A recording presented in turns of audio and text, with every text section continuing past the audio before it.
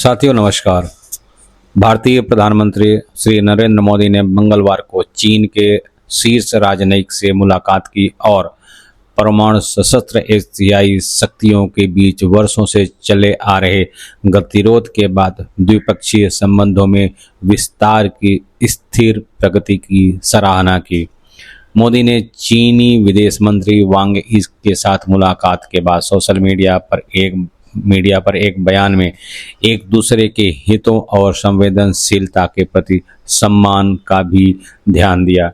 चीन के विदेश मंत्रालय ने कहा कि ये दोनों देश के स्थिर विकास पर प्रवेश कर चुके हैं और दोनों देश एक दूसरे पर भरोसा और समर्थन करना चाहिए। वांग सोमवार को भारत पहुंचे और उन्होंने विदेश मामलों के मंत्री एस जयशंकर के साथ साथ राष्ट्रीय सुरक्षा सलाहकार अजीत डोभाल से हिमालय पर्वतों में दोनों देशों की विवादित सीमा के बारे में भी बातचीत की। भारत के विदेश मंत्रालय ने कहा कि डोभाल के साथ वांग की मुलाकात में तनाव कम करने, सीमा निर्धारण और सीमा मामलों पर चर्चा हुई। 2020 में सीमा पर सुरक्षा बलों के बीच झड़प के बाद संबंधों में भारी गिरावट आई थी। दशकों में सबसे खराब हिंसा में 20 भारतीय सैनिक और चीनी सैनिक मारे गए थे, जिसके बाद उच्च स्तरीय राजनीतिक संवाद लगभग ठप हो गए थे। वांग ने सोमवार को कहा कि पिछले कुछ वर्षों में हमने जो झटके लगे वो हमारे दोनों देशों के लोगों के हित में नहीं थे। हम सीमाओं पर अब बहाल की स्थिति या स्थिरता को देखकर प्रसन्न हैं। मोदी ने सीमा पर शांति और स्थिरता बनाए रखने के महत्व पर जोर दिया और सीमा प्रश्न के निष्पक्ष, उचित और पारस्परिक रूप से स्वीकार्य समाधान के लिए भारत की प्रतिबद्धता को दोहराया। उनके कार्यकाल में एक बयान में कहा, भारत चीन संबंधों का पुनर्जनन नई दिल्ली और वॉशिंगटन के बीच तनाव के साथ मेल खाता है। जब अमेरिकी राष्ट्रपति डोनाल्ड ट्रंप ने भारत पर भारी शुल्क लगाए, जो लंबे समय से एशिया में चीन के प्रभाव के खिलाफ संतुलन के रूप में देखा जाने वाला सहयोगी है। भारत अमेरिका, ऑस्ट्रेलिया और जापान के साथ क्वाड सुरक्षा संगठन का हिस्सा है।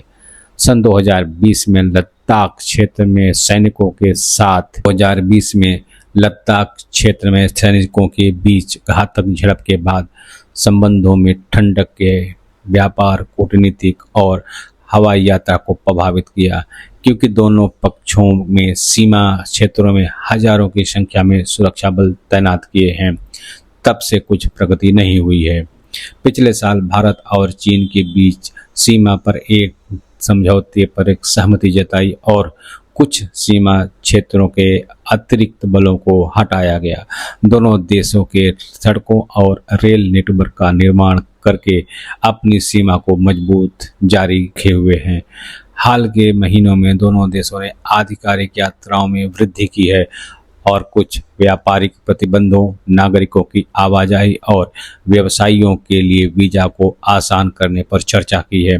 जून में बीजिंग ने भारतीय तीर्थयात्रियों को तिब्बत के पवित्र स्थलों की यात्रा की अनुमति दी है। दोनों पक्ष प्रत्यक्ष उड़ानों को बहाल करने की दिशा में काम कर रहे हैं। पिछले हफ्ते भारत के विदेश मंत्रालय के प्रवक्ता रणधीर जायसवाल ने कहा कि भारत और चीन 3,488 किलोमीटर यानी कि 2,167 मील लंबी सीमा पर 3 बिंदुओं के माध्यम से व्यापार शुरू करने के लिए चर्चा में हैं। दोनों देशों के बीच सीमा मुद्दे को सुलझाने के लिए उच्चतम राजनीतिक स्तर पर समझौता आवश्यक है। नई दिल्ली स्थित think tank observer research foundation के फेलो मनोज जोशी ने कहा, उन्होंने भारत की राष्ट्रीय सुरक्षा परिषद के सलाहकार बोर्ड के सदस्य के रूप में काम किया है। वहीं बीजिंग और नई दिल्ली के बीच तनाव कम होना पिछले अक्टूबर में शुरू हुआ, जब मोदी और राष्ट्रपति शी जिनपिंग ने रूस में उभरती अर्थव्यवस्थाओं के एक शिखर सम्मेलन में मुलाकात की। यह 2019 के बाद पहली बार था जब दोनों देशों के नेता आमने सामने बात कर रहे थे। मोदी इस महीने के अंत में चीन की यात्रा करने वाले हैं। 7 साल में उनकी पहली यात्रा शंघाई सहयोग संगठन के शिखर सम्मेलन में भाग लेने के लिए है, जो चीन, रूस और अन्य एशिया में अमेरिकी प्रभाव का मुकाबला करने के लिए बनाया गया एक क्षेत्रीय समूह है। इस साल की शुरुआत में शी जिनपिंग और चीन के संबंधों को ड्रैगन हाथी टैंगो का रूप देने की बात कही गई। दोनों देशों के प्रतीकात्मक जानवरों के बीच एक नृत्य। पिछले महीने भारत के विदेश मंत्री सन 2020 के बाद अपनी पहली चीन यात्रा। ट्रंप के साथ नई दिल्ली में संबंध खराब हो रहे हैं। वॉशिंगटन ने भारतीय सामानों पर 50% का शुल्क लगाया है, जिसमें रूसी कच्चे तेल की खरीद के लिए 25% की पेनाल्टी शामिल है और 27 अगस्त से ये टैरिफ प्रभावी होंगे। भारत ने पीछे हटने के कोई संकेत नहीं दिए हैं, बल्कि उसने रूस के साथ आर्थिक सहयोग को और गहरा करने के लिए समझौते किए हैं। ट्रंप का भारत के प्रति कट्टर प्रतिद्वंदी पाकिस्तान के साथ ने भी नई दिल्ली को चीन की ओर बढ़ने के लिए प्रोत्साहित किया है। लेफ्टिनेंट जनरल DS हुड्डा ने कहा कि जिन्होंने 2014 से 2016 तक भारतीय सेना की उत्तरी कमांड का नेतृत्व किया था। जून में ट्रंप ने पाकिस्तान के सेना प्रमुख को व्हाइट हाउस में दोपहर के भोजन के लिए आमंत्रित किया और बाद में इस्लामाबाद के साथ देश के तेल भंडार को संयुक्त रूप से विकसित करने के लिए एक समझौते की घोषणा की। दोनों देशों ने ट्रंप के दावों का पालन किया और उन्होंने मई में दोनों पक्षों के बीच सैन्य हमले के बाद भारत और पाकिस्तान के बीच युद्ध विराम करवाया था, ऐसा ट्रंप का दावा है। उस झड़प में पाकिस्तान ने भारत के खिलाफ चीनी निर्मित सैन्य जेट और मिसाइलों का उपयोग किया था।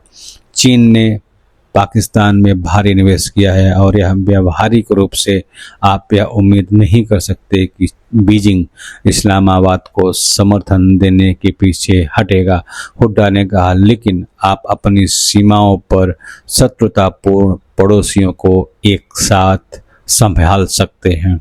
आज की न्यूज़ में बस इतना ही। मिलेंगे अगले नए न्यूज़ के साथ, तब तक के लिए धन्यवाद। जय हिंद।